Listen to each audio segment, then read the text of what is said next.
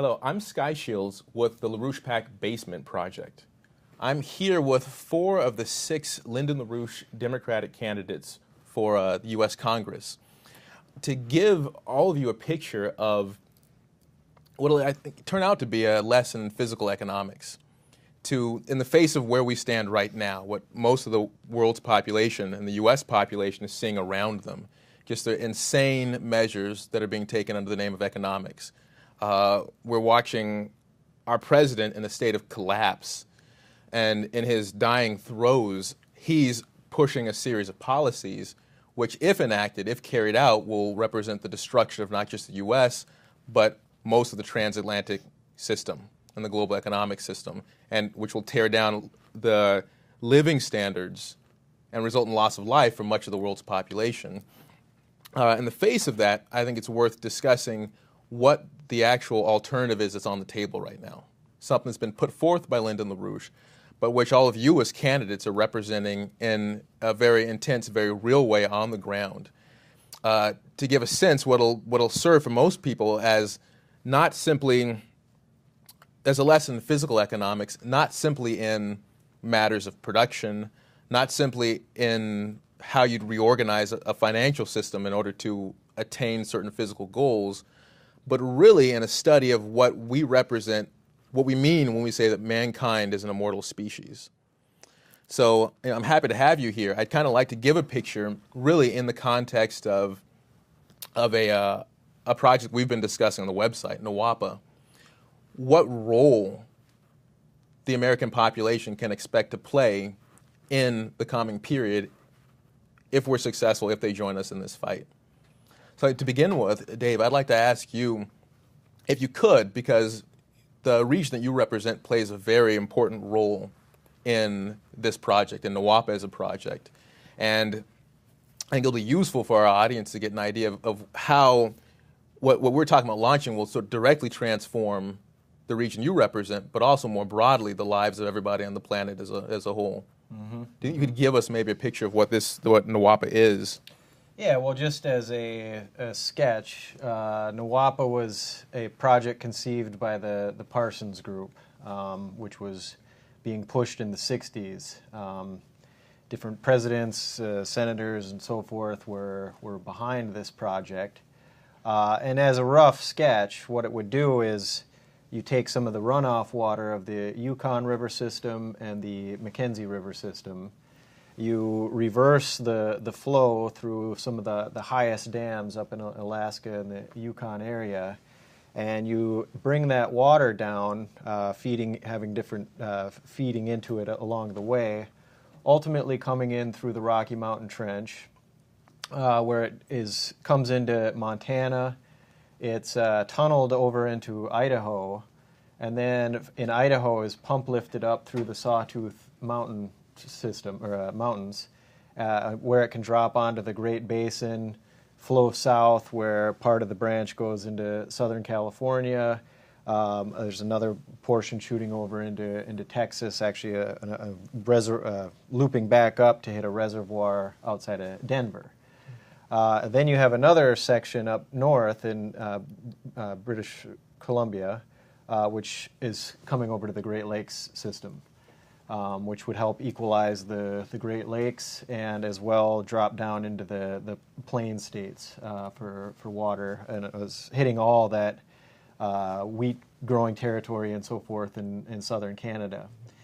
And as we've done a lot on the website where people can get a fuller picture of it, but it would supply 80 million acre-feet of water for the United States, 60 million for Canada, and 20 million for northern Mexico. There's another portion of it that hits some of the very rich farmland in the Sonora region and so forth, but which has no water at this point and would provide a new breadbasket for vastly needed agricultural production right now as well. And, just what we've seen in the last year, the wicked droughts we've seen in the South, the flooding we've seen up north in the United States, NWAPA gives you a capability of regulating that. Mm-hmm. But in in a deeper standpoint, I think Summer will hit on some of this, which you begin to do, because immediately on the implementation of NWAPA, it necessitates the development of the rail corridors, and once you start bringing the railroads to get the material and everything else up into this region, this immediately begs the question of the Bering Straits tunnel and what LaRouche and his wife Helga have fought for decades, which is the Eurasian land bridge, and really a world land bridge of economic development through these development corridors. And so now what you have is NWAPA not as simply a water project, but you really have it as a key driver that it begins the integration of a global economic recovery, and specifically to crush this British imperial system forever. That this monetarist empire will be over. In fact, we had some discussions earlier where we were talking that, really with Glass-Steagall, just Glass-Steagall as some sort of banking reform can't possibly work. You actually have to get the values coherent again, you have to embark upon an economic project like this. But with NWAPA, you have already the beginnings of, I think, the deeper issue, the extraterrestrial imperative, the questions of NASA. You get into a whole new domain where we can be launching through new frontiers of science. So yeah, that would be a sketch. Now, specifically in the region, the Puget Sound region, where I'm running for Congress, which, the Puget Sound has become a sort of isolated Shangri-La. Well, the Pacific Northwest in general. Idaho is, the Sawtooth Mountain Range ends up being the vacation homes of all these Hollywood, and really you see that it's become this home for the environmentalist movement. Last time I was in Seattle, I got a tour. On Halloween, they give the Underworld tour. And one of the statistics they gave is that most serial killers in the U.S. will tend to migrate to Seattle because of the fact that you've got this dense population center right connected to basically just wilderness, the little underdeveloped region in Canada, et cetera. Yeah. Well, that's the home of the biggest serial killer on the planet, Prince Philip of the World Wildlife Fund, I believe, is in Vancouver in the Victoria, the island there. So fitting. Greenies and other murderers, right? Yeah, which really, you want to get down to it. This is the Hitler policy, the blood and soil routine. So, but yeah, what you would begin to do is the former industrial area. Well, you still have residues of it. You have Boeing, of course, but a lot of the machining and the other parts that fed into Boeing have left. What you now have is Boeing is just sort of an assembly plant of all these parts that are coming from around the world in the globalized system, which now you'd begin to have a capability of reindustrializing this area. And specifically with NWAPA, where you have this pumping facilities in the Sawtooth Mountain Range, which would require, I believe, 26 gigawatts of energy production, you could reinvigorate the Hanford labs and as well as the Idaho National Labs, which are two of the nuclear centers of this country. Right. So I just make that point that this Greenie agenda, this environmentalism, mass murder policy will be overturned and transformed and provide that now Seattle as this, the Puget Sound area as this isolated Shangri-La becomes integrated into an international development corridor and becomes a pivot for a new growth of civilization. Oh, nice. Yeah, it gives.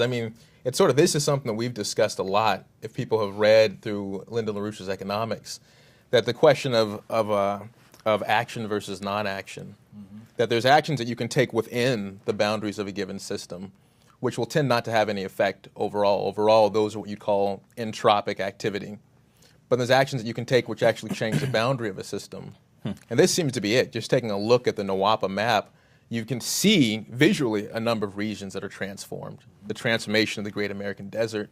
But then what you're describing with the revival of an industrial capability, both in the areas that are hit, but also in order to produce this. I mean, where do we get, when it comes time to discuss, how do you get, if we're talking about building some of the biggest dams in the world in Alaska, that doesn't come out of nowhere. You're talking about, the sort of idiot pessimist in the population would use that as a complaint. But I think we're pretty excited about that because this means putting Americans to work. Now, this is why I think it's for both, whoever would like to jump in first, for both Diane and Bill, your regions will be playing a huge role in this. I mean, New Jersey is a hub, and I think Mr. LaRouche in the 50s had a whole plan for rail corridors joining in New Jersey because of its location, which is central to this whole Connecticut-Boston corridor where you have a huge amount of high tech, a lot of what's been defense industry but would be space program, aerospace, things like that. They have Long Island where you had a whole bunch of the components for NASA were produced out there. And then New Jersey itself, which is, as I like to keep promoting, the most densely populated state in the United States, and I think it's largely because it was the massive center. You have the Port of Elizabeth, you have all this containerized freight shipping coming in there, you have a lot of farmland, and then you have these little machine tool shops, which are all over the place. I mean, where our office is located in Hackensack, you probably have 4 per block, and they're all shut down now. And what they do now is they import slave labor produced clothing and plastic toys from China or whatever. I mean, it's just horrible. The last auto plant in New Jersey closed down 3 years ago in Edison, but they used to have General Motors. I mean, they used to have a huge amount of auto industry even in New Jersey.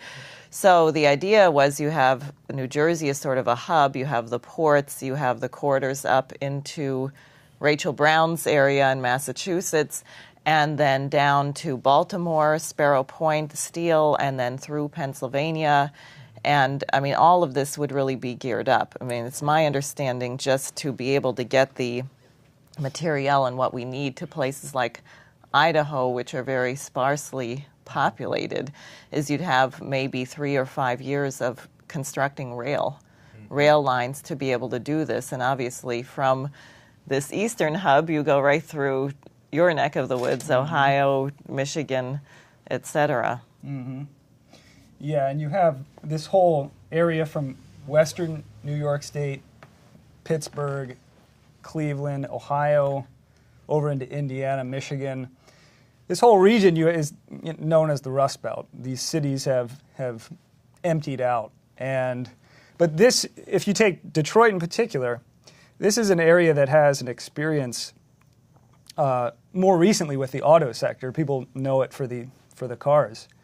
But it's really the machine tool sector. It's really much more of something that's been built up as a machine tool sector from going all the way back to the Wright brothers bicycle shop constructing the airplane in the back, in their spare time. There's always that sort of nature to the whole industrial base in the Midwest, which is always kind of, you have that potential for the next sort of evolutionary step in the economy to be built.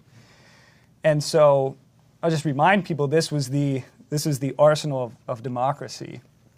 This was an area where you had a factory that produced a B-24 bomber every 56 minutes or something like that. The entire plane was built from scrap and would take off from the runway to be deployed into the European theater in World War II.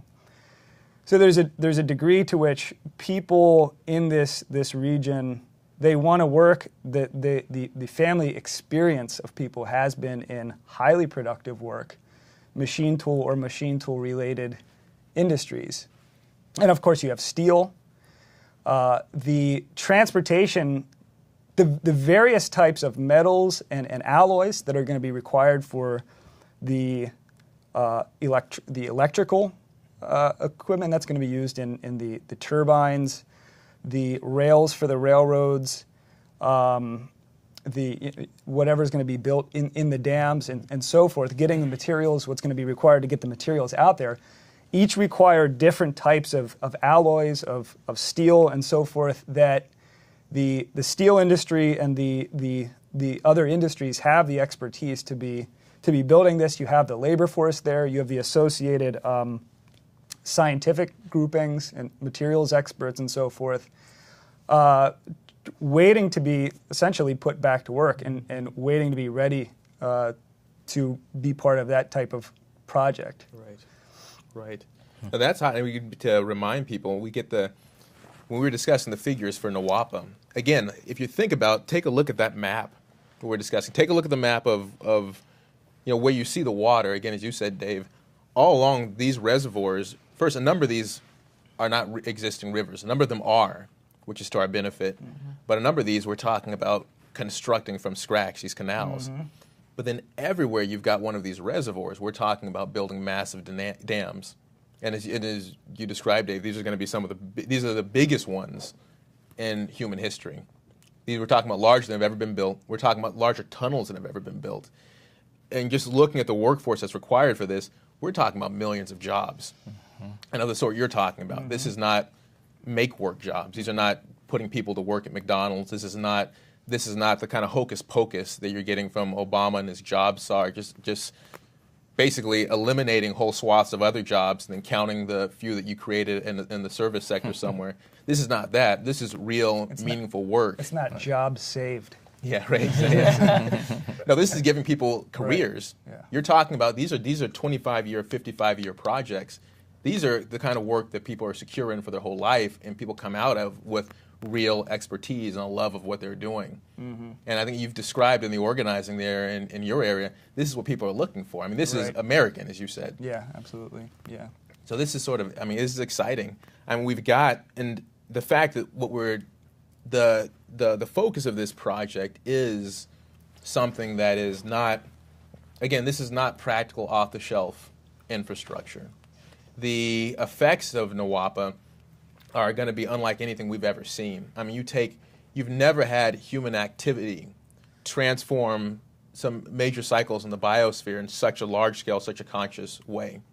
So we had taken a look at what would happen if you were to reforest some of these desert areas. And you're talking about changing whole rainfall patterns, changing the existing rainfall patterns in ways that you haven't seen since life first moved onto land. There's going to be with this, we're going to see a cultural transformation that means, in the physical sciences. We're going to be introducing something that would finally turn, instead of all this idiot greeny ecology, we're talking about making something like that, maybe keeping the same name, maybe dumping it, but finally making ecology a science, an experimental science. This is a renaissance in the physical sciences. And I think, Summer, you might have something to say on this or related subjects, and what does it mean?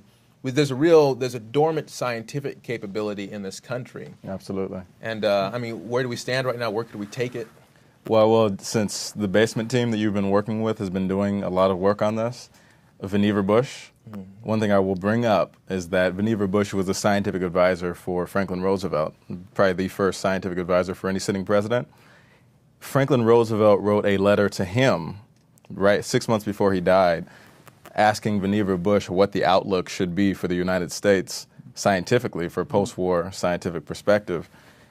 And the idea was to take our existing research capabilities, expand them through federal funds, and then begin to, if you're talking about Nawapa, investigate all these kinds of things we're going to have to figure out in the development of Nawapa. And in the Bay Area particularly, it doesn't really have the blue-collar segment of the population, as you've got in the Midwest and New Jersey too. But it does have, as Dave's district does have, the area outside Dave's district, aerospace left over across California. And then you have at least two major national research laboratories.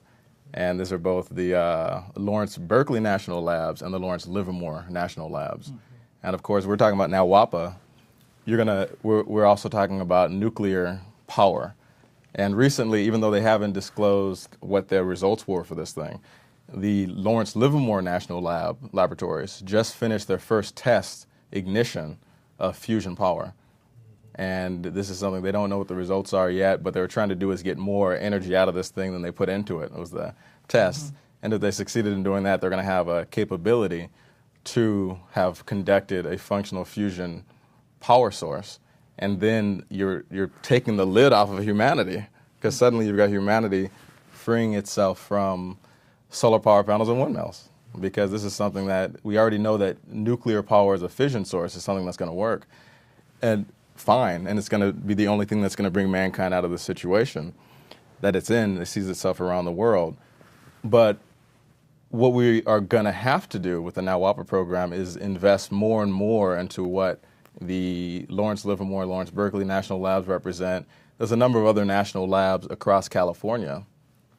And then what you begin to see also is that, as in the case of Dave, we're sitting here on the West Coast with obviously an orientation towards our brothers and sisters in Asia, and we know for a fact that we're going to have to reach out and expand this kind of research.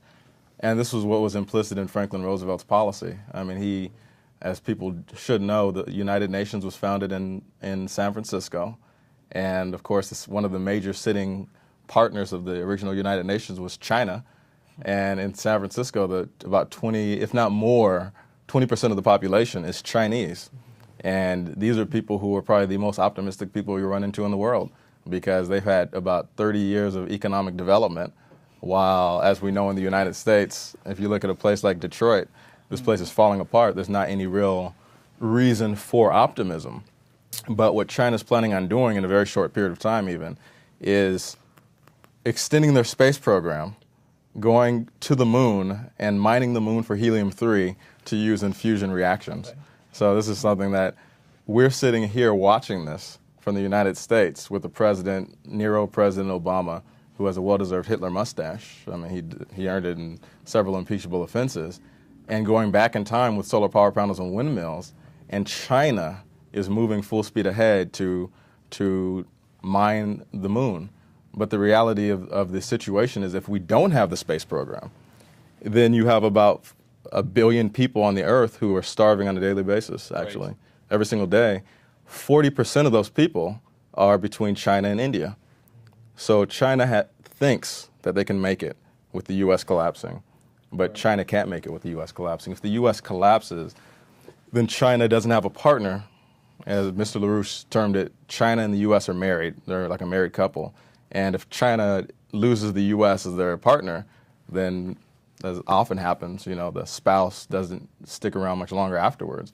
But the reality is, you've got a global economic collapse, and if we don't all go to space as a partnership to do these things, mine helium-3, and plus the U.S. is the only country that's ever made it to the moon anyway, so they're going to need assistance from us, even though our capabilities have been decreased, that we have to see the extraterrestrial imperative has been talked about here as the mission for humanity.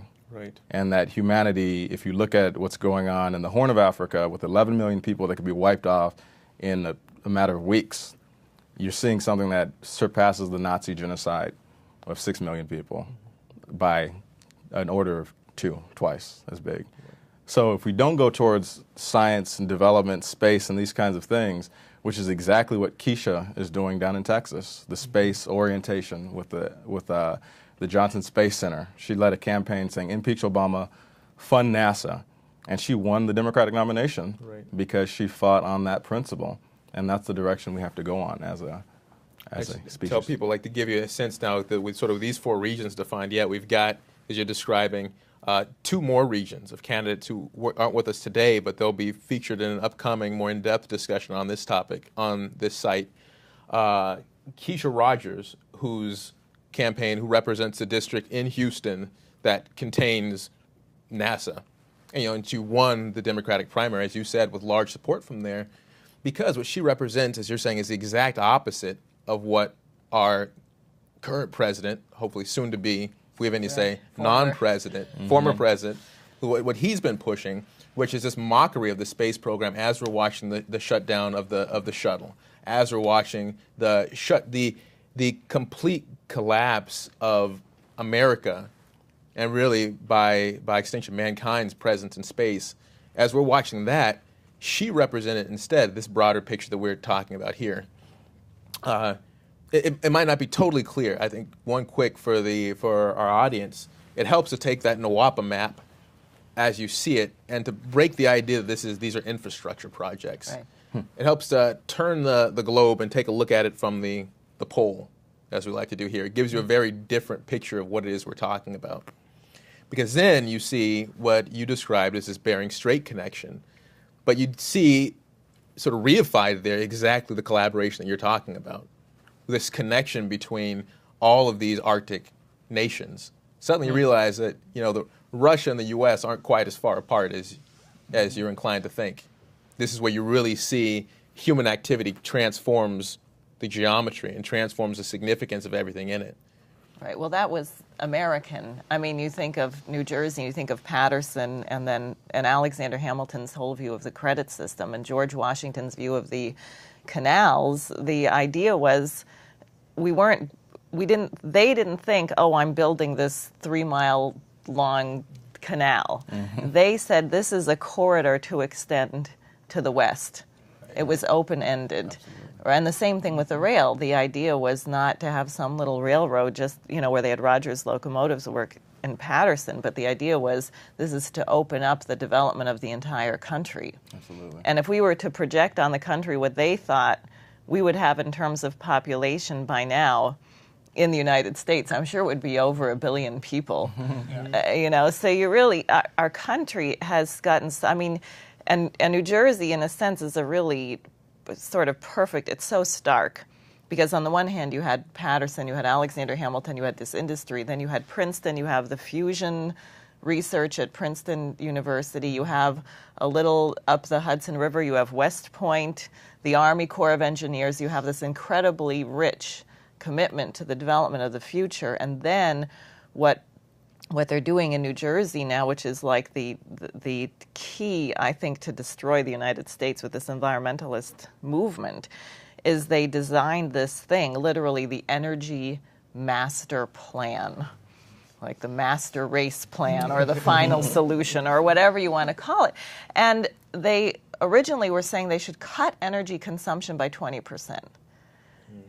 Now think if we build NWAPA, if we're going to have rail from New Jersey to Idaho to San Francisco, right through Detroit, and we're going to produce the rail, and we're going to produce the machine tools and produce what we need, we're going to have to consume 5 or 10 or 20 times more energy than we're consuming. So the very idea on the face of it is genocidal. And then what they're doing with these solar panels, I feel like the state has a fungal infection because they're popping up on the telephone poles all over the place. Every time you drive through town, there's like 10 more solar panels. And it's just a waste.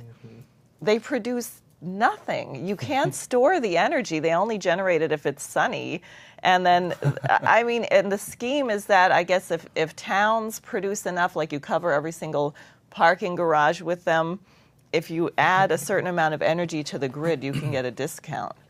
You can get paid for it or something. It's really nuts. Meanwhile, we look kind of like Cybertron with all of the little solar panels reflecting, right? Yeah, it's really, so you think about the intent of people who were in New York, New Jersey, and Massachusetts, the whole corridor of development of the American Revolution. And then you have this, blob of a Governor Christie who people think is some alternative to Obama when he's identical to Obama in every way except appearance. There's like 3 or 4 Obamas. Right, exactly. Maybe Chris Christie should play some basketball. Yeah, every once in a while. Maybe he is the basketball. But and so he is committed to being like the greenest state. New Jersey, which has a land area less than 1/10 of California, is second only to California in terms of the amount of solar energy produced there. It actually is scandalous. It's embarrassing. It's not longer to be the Garden State. No. What this idea of the fungus Summer was describing, he was at a meeting where the southern part, South San Francisco, is it? Where they were going to blanket the area, move out all the poor people, all the minorities, kick them out, sort of the Lebensraum of the Nazi party. We need our space, sort of the same thing with this desert tech policy. You know, it's an insane policy, but Maybe safe for the audience. People get the idea of covering Taking- African solar panels. yeah, exactly. You move out, we're gonna take over your area for our benefit. I mean, what could be more of a Nazi policy? You know. Not to mention that plants are a lot more efficient in using sunlight than these stupid solar panels. They would really talk about greening the planet with like a project like Nawapa. See, this is the difference. I mean, I even like the idea of scrapping the idea of energy consumption, like energy Right. consumption, water consumption, right? It's not as though there's some store of energy or water somewhere that we're eating and then it vanishes. It's simply not the case. And what you've got is we're engineering. You've got what the scientist Vladimir Vernadsky called the biogenic migration of atoms, which he pointed out you don't actually have, you never have objects in empty space. That idea doesn't exist. It's a fraud. What you have these flows, and in those flows you get singularities. I mean, it's often been used to good effect to say that describing an organism in space, in the biosphere, is a lot more like describing a whirlpool in water. It's not something you can remove. If you try to take the whirlpool out of water and look at it separately, you quickly lose the whirlpool. Same thing is true with organisms, or with anything of any kind of substance. That you've got something that's stirring a whole flow. What we're talking about is shaping that. That this is what human activity really is. While the animals and other organisms sort of represent the elements in that, we're talking about transforming that to greater effect. In the case of Nawapa, you're talking about taking that extra water. You're talking about taking out of Alaska. This is not some store of water in Alaska that's sitting there. This is water that regularly evaporates off of the ocean surface, moves over land just a little bit, and then drops its rainfall up in Alaska along the western coast immediately as fresh water, immediately to run off in the ocean. We're talking about extending that cycle through inland, the way it works in other places, the way you see it on the eastern coast of the United States and other places, extending it inland along the western coast, increasing the amount of work that flow does before it moves back into the ocean again to begin again. This is what we're really discussing. The question of energy is a question of human creative activity. It has nothing to do, it's not something you consume or stop consuming. It's, are you going to intensify that flow? And this is what we're calling for. And that seems like a notion that we're going to bring back with your campaigns. Exactly. It does a lot to really destroy the idea of scarce resources, one, and then also the idea that an economy is just this pie that if there's going to be something going on here, it's going to be taking away from elsewhere, which is just the monetarist idea in general. So this is going to really unify the country, because every part of the country is necessary for every other part. And actually, that's more of the type of conception we used to have about the Western Hemisphere going back to the turn of the 20th century with people like William McKinley, he was in the same way that Lincoln came into this platform of the Transcontinental Railroad. McKinley came in at a time in which he was promoting the idea of a Pan-American railroad to actually bring all of these newly independent nations of the Western Hemisphere into being integrated into modern industrial civilization, with the idea that any part that's not is going to be used as part of an empire that's still trying to destroy us. And so it's just part of that, the idea of connecting the Darien Gap, which is going to be part of essentially the extended Nawapa, was initially over 100 years ago just part of the idea of defeating any form of oligarchism on this planet. And then, of course, he was assassinated by the British, and you had Teddy Roosevelt come in, pushing the Greenie agenda. So it's really all there. We're kind of closing that gap in more ways than one. And what was the quote? There was a McKinley quote. I think it was McKinley on the idea of encircling the world with a belt of iron. The original proposals for rail that would have linked up the Americas. And if you extend that the way we're discussing across the Bering Strait, suddenly you've got a unified world in a completely unique way. You've got an ability to get overland from the southern tip of Africa to the southern tip of South America. You know, along the way, you could passing through Europe, Asia, the Eurasian continent, down through Canada, suddenly Canada becomes, we're talking about building new cities, suddenly this becomes a center of commerce as opposed to the edge of the universe. You're really transforming a geometry here. Totally. I mean, you mentioned the 1 billion figure in the population. I think it's really worth, for those in our people in our audience who might have balked at that, take a look at what we're talking about here. If you take a look at people, anybody who's flown across the U.S. is almost completely empty. If you take a look at a population density map of our country, we have nothing. 1 billion people is easy. 1 billion people at a real living standard. When you're talking about building the new production that is going to be along these routes, these development routes with Nawapa, you're talking about a complete shift in the way the world looks. And that's a population, as you said, we're going to need. Because with the real further missions that we're discussing, the questions of real progress, if you're talking about getting real, and again, not energy sources, but you want to talk about getting an energy throughput that's higher than we've ever had, like you want with fusion, helium-3 fusion, and mining the moon, to do that kind of work, no single country is going to do that alone. We're going to need the development of the capabilities every single potential creative mind on this planet we're going to need developed to their potential, and then some. That means taking the African continent, developing it, filling it up with people. It's underpopulated. Taking the center of the United States, filling it up with people, underpopulated. Northern Siberia, Canada, they're almost rivaling some of these other continents in their underpopulation here. In Canada, you've got a population that's sort of glued to the northern border of the United States. You get a chance to actually extend that, and if we eliminate Prince Philip and the Queen, we'll free them up to do a lot more. We'll take the little parasite off their back, build them up as citizens. We're talking about a whole new species. We're going to need that, because in that kind of a unified planet, and again, it's an entirely different map. Productivity value means something else entirely. The significance of the activity of every human being on that planet is transformed now on the basis of this program that we're representing, that you all here are representing for us. You've got the ability to extend the human species throughout the solar system in the way that we're intended to.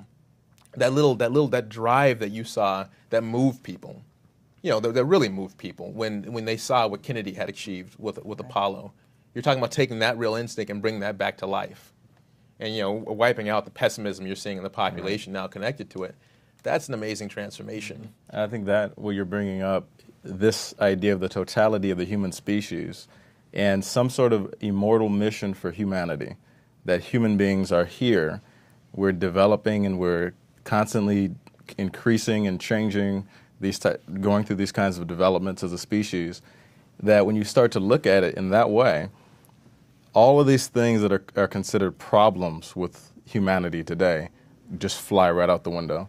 And we were having a discussion about this earlier, but the whole concept of war today, these things just disappear at a certain point, because you realize that the dangers involved to humanity in just the exploration of space and the decision to go out and search and do what mankind is supposed to be doing is going to be a very dangerous thing. And there was a story we were just hearing about today about these guys who knew they were going to die in the Manhattan experiment.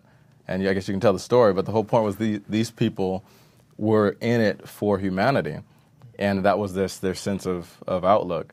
And today you've got debates going on in the Congress that have very little to do with reality whatsoever, and there's no reason why half the Congress should even be in there, because they've sold out the American people, because they've decided not to go on this immortal mission of mankind where you leave something behind seemingly forever. Supposedly, I guess, as long as the human species is there, you have a continuance of what you've emanated, but you have done something for human civilization that is going to be permanent, or take the risk to know that you can do something for humanity, that something's going to be left behind to make that permanent. Well, I think that was the cultural outlook of the World War II generation, and what we see with what LaRouche represents is that connection. And then here we see this baby boomer generation, which has failed completely the cultural collapse, what we saw with this capitulation in the Congress to the the super Congress, this straight-out fascist coup by Obama and company. But now you see a younger generation, which we represent, which is saying we're going to fight for the future again. And it's notable that what you would need in terms of an experience level for the coordination of something like NWAPA, right? Because NWAPA is not something that you just snap a finger and make happen. You got to have some serious planning. Much of the expertise that is required for a project of this magnitude can really only be done by some of the older crowd that was a part of these kind of projects. And these, they're getting old. They're in their 70s, 80s, 90s. And we need to get this project moving now to make sure that that expertise is not lost and can be imparted to a younger generation that actually wants to make it happen, and will recruit the best of the baby boomer generation to fight for the future as well. And I think that's always the way that it works, and when you come to these moments of crisis, it's the younger generation that says we're going to make it happen, but you have this relationship to then an older generation which says that we'll do it together, you know. So I think that's the point, is that this is a war. This is a war to crush this evil once and for all, and that we represent the generation and the leadership to catalyze and recruit the best of our fellow Americans and our fellow mankind to make this happen. Well, I think on this slate, the six of us, as we are strategically situated around the country, are really, really critical right now, because I mean, we have a government, Obama and his collaborators in this Congress, that has decided that the enemy is the American people. And that has fed an incredible pessimism. And you layer that on top of what I think we had 4 million families actually evicted from their homes, 4 million foreclosure evictions in the last 2 years, another 1.5 million underway, but I think 9 million foreclosures, you know, on paper in the works. And now you have this new form of crime called familicide, where someone will come in and shoot their children, shoot themselves and their spouse. And this is like a new, I mean, you have to think of the kind of despair that grips the population, and the evil of promoting an idea, because it struck me how insane it is. Who designed the economy? Where does money come from? Wasn't it created by human beings? So if we created the economy, then how can it be that someone says, well, in order to save the economy, we have to sacrifice the population? I mean, that makes no sense. The economy is not a thing. I mean, it's not alive. In fact, the markets. Yeah, right, exactly. The markets are unhappy with what you've done. Right, so feed them some human sacrifice. I mean, it's actually insane that people think that they have to accept this idea. Or what you hear, you run the government like a household budget. Right, and frankly, well, I guess now you do have these new kinds of crimes, so people wouldn't really think it's acceptable to throw your children out the back window if you were, you know, that's not how you would do things as a human being. So it really, because you give people a sense that what we could be doing in terms of this, and we wouldn't have enough skilled labor, and we'd have to take all these kids out of the inner cities who have no future right now, and they'd get a crash course, and all these vets that are going to come back from Iraq and Afghanistan, who are younger people but who have some discipline and some skills, and they could train these kids, and suddenly the whole nation would be totally transformed. And it's not a long process. I think the shift to optimism, in a sense, is in an instant. Right. Like when Kennedy gave the speech and said we're going to the moon, that was an instantaneous shift. And that's what the six of us as a slate really have to bring to the American population. I think that's exciting. It's a transformation that could happen overnight and has to happen overnight. because you described it's the capability we have to revive this thing we're losing. Right now, the longer we wait, the worse our chances of being able to recover from this at all. So it's an honor to be here with all of you. It's exciting to see what you represent and what we're going to be capable of launching in the weeks ahead. And I do mean the days and weeks ahead. And I invite our entire viewing audience right now to take part in these campaigns. And again, to review, we're in multiple regions of the United States. If you're near one of these regions, volunteer for the campaigns. If you're not near one of the regions, volunteer for the campaigns. Take part in the fight. We've got numerous means on this website for you to contribute, to be involved in this fight. But there's contact info on the website. You can look up their names, figure out what the candidates are doing. Join us. It's going to be an exciting fight.